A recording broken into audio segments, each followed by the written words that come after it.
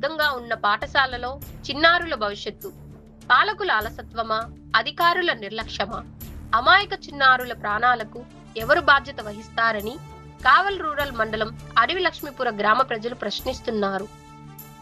గ్రామంలోని ప్రాథమిక పాఠశాల అంగన్వాడీ భవనం పూర్తిగా శిథిలావస్థకు చేరుకోవడంతో విద్యార్థులు నిత్యం ప్రాణాలను అరచేతిలో పెట్టుకొని చదువుకోవాల్సిన దుస్థితి నెలకొంది. భవనం పైకప్పు పెచ్చులు పెద్ద పెద్ద ముక్కలుగా ఊడిపడుతుండగా పిల్లర్లు బలహీనపడి ఎప్పుడు కూలిపోతాయో అన్న భయోందనలు నెలకొన్నాయి. స్వల్ప గాలి వీచినా, 4 చినుకులు వర్షం పడినా భవనం కూలిపోయే ప్రమాదం ఉందని గ్రామస్తులు ఆందోళన వ్యక్తం చేస్తున్నారు.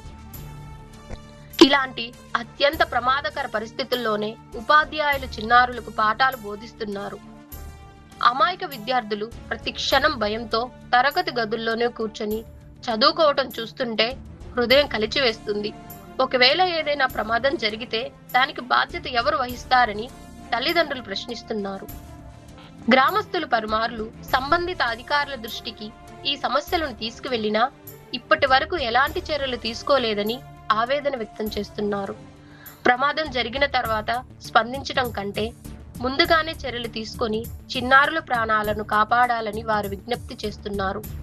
చిన్నారుల ప్రాణాలు ముఖ్యమా లేక అధికారుల నిర్లక్ష్యమా అనే ప్రశ్న ఇప్పుడు అడవి లక్ష్మీపురం గ్రామంలో ప్రతిధ్వనిస్తుంది. వెంటనే ఈ శిథిల భవనాన్ని వినియోగం నుంచి తొలగించి ప్రత్యామ్నాయ భవనంలో తరగతులు నిర్వహిస్తూ కొత్త పాఠశాల భవన నిర్మాణానికి ప్రభుత్వం అత్యవసర నిధులు మంజూరు చేయాలని గ్రామ ప్రజలు, తల్లిదండ్రులు, ప్రజాప్రతినిధులు కోరుతున్నారు. ప్రమాదం జరిగే వరకు వేచి చూడకండి, చిన్నారుల ప్రాణాలను కాపాడండి.